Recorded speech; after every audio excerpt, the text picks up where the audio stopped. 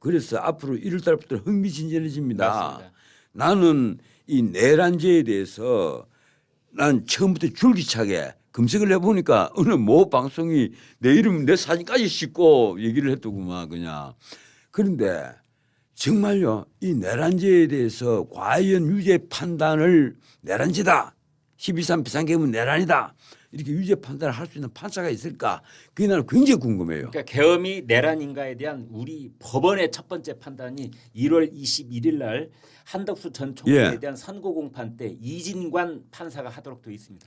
그런데 거기서 이제 내란이다 하는 건 그래도 주범 윤석열에 대해서는 네. 내란이다가 아니잖아요. 날짜가 정해지지 않았는데 예, 아무리 빨라도 2월 중순쯤이다. 예, 그 2월 중순쯤이겠죠. 네. 그 아마 지기현 부장판사는 그 선고를 하고 떠나려고 할 겁니다. 네. 그걸 자기가 심리를 다 맞춰놓고 후임자에게 미루지는 않을 거란 말이에요. 1월 초에 혹시 판사 이동 있는 거 아니겠죠? 예, 그건 아니겠죠. 예. 결심 공판까지 예. 끝나 있는데. 근데 그게 이제 이재명 대통령에게는 가장 결심 큰, 공판 아직 안 예, 끝났고. 가장 큰 현안 중의 현안입니다. 네. 지금 닥쳐온 현안이잖아요. 또 하나의 현안이 우리가 늘 얘기를 합니다마는 2월 달에 고등법원 이 판사들 다 바뀌고 하면 네. 그 이상한 판사가 형사칠부 판사들이 돼갖고 변론 재개 잃어버리면 골 때리는 거야. 이건 기속주의에 의해서 100% 유죄 판단을 해야 되거든요. 네. 그리고 유죄 판단에서 이 첫 번째 기일 잡고 아마 불출석하겠지 대통령이. 그러면 그 다음 기일에 또 잡아서 선고를 해버릴 거란 말이에요. 지금 이재명 대통령 얘기하는군요. 예. 윤석열 대통령이 공직선거법 아니라 위반. 공직선거법 위반. 예, 이게 이제 끔찍한 얘기예요. 기속주의에 의해서 모두 유죄 취지로 선고가 되면 그 1심 형량이 징역 1년에 집행유예 2년입니다. 네. 이걸 거의 못 벗어날 거란 말이에요. 네. 그래서 대부분을 올려보세요. 네. 조기현 대법원장이 아니 조이대. 조기현 미안해. 지기현 죄송합니다. 이게 또 유행어가 되겠는데 조기현이라고 조이대 그 조이대 대법원장이 예. 이 전원 합의체 의견을 다 모아가지고 예. 물론 자기 마음대로는 못 할 거예요. 대법관들 의견 모아서 전원 합의체 다시 합시다. 해서 그 소부에서 하기보다 아마 전원 합의체로 예, 할 거예요. 그렇게 되겠죠. 올라와서 재선고가 되면 그래서 그대로 주인 땅 때리면 뭐 할 수밖에 없잖아요. 네. 그러면 어떻게 되는 거예요? 그렇게 하면 되면은 그 날짜로 그 시간부로 예. 대통령 자격은 박탈된단 말이에요. 당선 무효이 되니까. 이래서 근데 그건 2022년 때 대통령 선거지 2025년 대통령 선거는 아니잖아요. 선거가 다르잖아요. 아무리 달라도 공직선거법에 예. 피선거권의 박탈령 있고로 피선거권이 박탈된다. 피선거권 박탈령 예. 있고로 예. 당선 무효이란 말이에요. 그렇네요. 네. 이러니까 그대로 끝나버린단 말이에요. 이러니까 물론 지금 나겠습니까? 이러니까 민주당이 지금 결사적인 거예요. 이러니까 무엇이든지 해야 한다. 조이대를 수없이 고소 고발이 있다는 거 아니에요. 그래서 공수처가 그 4부 3부에 사건을 나눠줬다. 지금 무슨 일을 어떻게 벌일지는 몰라요. 지금 전 변호사님 하시는 말씀은 근데 일어날 가능성이 거의 없어 보이는 얘기 아니죠. 듣고 있는 느낌? 아니 현직 대통령을 체포영장을 발부를 하고 구속영장을 시킨 게 공수처입니다. 내란죄 수사권이 없는데도 네. 그리고도 거기에 대해서 그래서 방어권이 제한됐는데도 헌법재판소 그 결정문 한번 읽어보세요. 이 내란죄란 말 한마디도 없어요. 헌법을 존중하지 않은 태도를 비난하면서 파면을 시켜버렸단 말이에요. 네. 그러면서 나가면서 옆에 재판관 등을 두드리면서 문영배가 나간 거예요. 야 마음고생 많지. 만장일치로. 자 지금부터는 이제 역사적 법정입니다. 네. 문영배는 이제 자기 할 일 다 하고 퇴임을 했어요. 이제는 역사의 법정이에요. 역사의 법정의 피고인은 문영배가 될 수도 있습니다. 네. 나는 그걸 말하는 거예요. 그리고 여기에 대해서 재판관은 소설가도 있고 드라마 작가도 있고 그리고 역사가도 있고 내 같은 평론가도 있고 일반 시민들도 있고 신문 기자도 있습니다.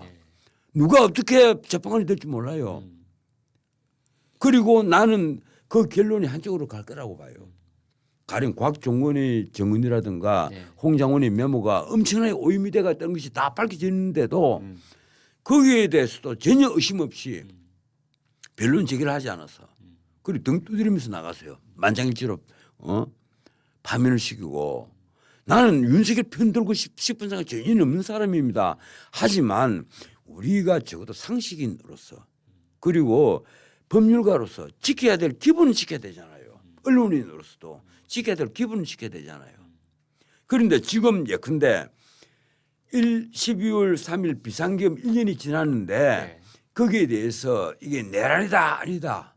지금 아직 언론에 보세요. 이번에요. 네. 전담 재판부 앞에 내란 전담 재판부 다 내란을 붙입니다. 네. 딱 붙이지 않은 것이 하나가 있어요. 음. 어딘지 압니까? 법원장 회의. 법원장 회의에서 나온 성명 말 발언들 보면 하나같이 비상계엄 전담 재판부. 내란이란 말을 속 뺐어요. 아, 저도 새롭게 생각이 되네요. 법원장들이 생각해보면 우리가 내란 전담 재판부 하는 순간에 12.3 비상계엄은 내란이 되어버린다. 그래 되면 이게 직위원을 비롯해서 이 담당 판사들에게 엄청난 부담을 준다. 네. 이거는 비상계엄 전담 재판부. 나는 대부분에서부터 그러네요. 역시 내- 판사는 판사다. 예, 내란 전담 재판부는 말 일체 서지를 않더라고. 네. 아프면 그래서 그래도 이 친구들이 그래도 법원장 할 만한 한 분들이구나. 지금 법원장 중에는 내가 알고 있는 분은 딱 한 사람밖에 없어요. 이제 나도 나이가 든 축이 돼가지고 그런데 얼마나 고마워요. 내란 전담 재판부 이랬으면 나도 욕을 할 판인데 비상계엄 전담 재판부 큰 차이가 있네요. 엄청난 차이죠. 네. 그러니까 여기서 네. 이 사건들을 다루고 있는 간에 한덕수 재판도 그렇고 그다음에 또 누굽니까 또 뭐 몇 사람이잖아요. 예, 있죠. 그리고 무엇보다도 윤석열 재판을 지금 다루고 기소된 있는 사람 20몇 명입니다. 예, 형사합의 25부 네. 지경 부장판사 예. 이게 메인이란 말이에요. 네. 제발 독자적으로 판단해라. 자 그런데 이제 가만 보니까 헌법학자들이 이제 12.3 비상계엄은 내란이라고 부를 수 없다 이런 사람들이 자꾸 늘어나 그렇죠. 내 주변에 고맙게도 음. 내가 정말 작년 12월 3일 비상계엄 이후에 정말 외로웠어요. 방송에 나서 그런 말 하면 내가 완전 미친놈 취급을 받았어. 아니요, 그렇지는 않았어요. 저 같은 사람도 있었습니다. 그럼 같이 미친놈 됐겠지. 같이 미친놈 됐겠지. 가령 중앙대 이인호 교수. 이인호 교수가 예, 이제 예.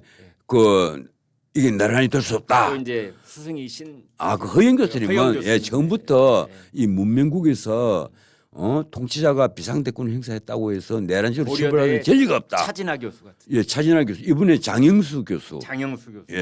뭐 이런 분들이 자꾸 늘어나니까 그리고 목소리를 내주시니까 네.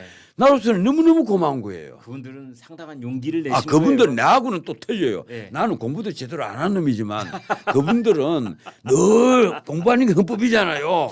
예. 그래 문자가 전문가란 말이에요. 나는 요리를 제대로 하는 사람이 아닌 사람이 보니까 야 이건 회가 상해서 안 상해서 전 이러는데 변호사님도 매일같이 엄청난 독서를 아니, 하고 그런데 공부한다는 걸 제가 알고 있는데 내가 방금 언급한 분들은 정말 평생을 그것을 업으로 삼은 분이란 말이에요. 예. 특히 허영 교수님은 그 훔볼트상을 받으신 분입니다. 그런 분 입에서 이건 내란이 아닙니다. 이러면 적어도 헌법재판소에서는 그런 말을 유념하고 오히려 정인으로 불러서 청취를 해야 돼요. 네. 내가 만약 헌법재판소에서 그 재판을 진행을 한 사람이었다면 재판장이었다면 허영 교수님을 모셨을 겁니다. 법정으로. 네. 그래서 여러 가지를 물었을 겁니다. 이걸 어떻게 봐야 합니까?라든가. 그런데 전혀 그런 고민이 흔적은 없단 말이에요. 참 보면 안타까운 거죠. 그리고 그런 지식인들이 입을 막아버리는 거예요. 거꾸로 막아버리잖아요. 허영 교수가 그때 그랬잖아요. 헌법재판소 이해 못할 10가지 사항. 맞아요. 얼마나 답답하면 신문기자 불러서 그 얘기를 했겠어요. 10가지 사항 예. 기억난다. 10가지 사항 쭉 얘기를 했잖아요. 네. 이래서 안 돼. 너희들이 엉터리 재판이야. 반드시 너희들이 나중에 심판 대상이 돼. 그렇지. 얘기를 했단 말이에요. 그런데도 그런 다 무시하는 거야. 그러면 그런 데서 기초를 한 이 정권이 가령 내란죄 아닙니다 한 선고 한마디에 1심 선고라도 선고가 나면 어떻게 되겠어요? 주수들이 빠져나오는 겁니다. 지금 이 정권의 설립 기반 중에 가장 핵심이 계엄은 내란이다 해서 시작된 그거죠. 거잖아요. 그거죠. 네. 그래서 그 주수들 빠져나와 버리면 네. 기둥이 흔들려서 무너지잖아요. 네. 석가래가 무너져 버린단 네. 말이에요 위에. 그럼 끝나는 거예요. 나는 그래서 이 정권이 지난 여름 봄 어느 시점인가부터 계엄이라는 말은 절대 쓰지 않고 다 내란이라고 내란이죠. 하더라고요. 예. 불법 계엄이라다가 지금은 예. 불법 계엄은 그냥 귓다리를 붙여놓고 전부 다 내란이에요. 내란 전담 재판부. 시정 결과는 그렇게 나오잖아요. 민주당에서 말 100마디면 100마디 다 내란 전담 재판부입니다. 그 비상계엄 전담 재판부 이런 말 없어요. 그런데 이번 법원장 회의는 놀랍게도 비상계엄 전담 재판부 딱 이래준 거예요. 그러니까 그 법안이 이제 법안을 보면은 12.3 예. 윤석열 비상계엄으로 빚어진 뭐 어쩌고 저쩌고에 예, 대한 전담 내란 재판부. 전담 재판부를 설치하고 예. 제보자 신변 보호에 관한 뭐 특별법 이렇게 매우 긴데 아무튼 언론이 보도할 때는 그 중에서 내란 전담 요것만 딱 빼내 가지고 보도를 하는 건데 아니 언론이 보도를 할 때는 거기는 내란이란 말이 없는데도 내란을 갖다 줄여서 내란으로 해서 내란 전담 재판부 이래서 보도를 하는데 법원장 회의 원래 법안 안에도 싹 빼고 아니, 원래 법안 예, 법안 안에도 예. 내란 두 글자가 있긴 있어요. 그 있죠. 법안 예, 안에는 예, 있죠. 예, 법안 안에는. 예. 그런데 법원장 회의는 비상계엄 딱 하고 그다음 전담 재판부 그러면 붙였어. 앞으로 언론들도 보도를 할 때 12.3 비상계엄 전담 재판부 이래도 되겠네요. 그 나는 그래서 조선일보의 보도를 유심히 본 겁니다. 적어도 조선일보는 법원장 회의가 저렇게까지 앞에 치고 나가주면 조선일보는 그래도 예 근데 내란 그 법안의 풀네임을 보면 거기에 내란 전담 재판부라고 그렇게 쓰여 있어요. 제가 어제도 그거 확인했어요. 그거 있는데 그래서 이제 그 부분을 갖다 쓸 수밖에 그래서 없는. 법원장 회의에서 그렇게까지 해주면 그 매우 의미 있는 예, 그러나 예. 법원장 회의에서의 그 결과 발표문이 비상계엄 전담 재판부라고 표현을 하지 않을까 기대를 하고 봤는데 전혀 그렇게 하지는 않았어요. 근데 하여튼 법원장 회의가 나는 내란 진담 재판부라는 용어를 단 한 군데도 쓰지를 않았어요. 내가 다 찾아봤거든요. 매우 의미 있는 지적을 오늘 전원책 변호사께서 해주셨다. 무척 저는 이렇게 고마운 겁니다. 생각을 합니다.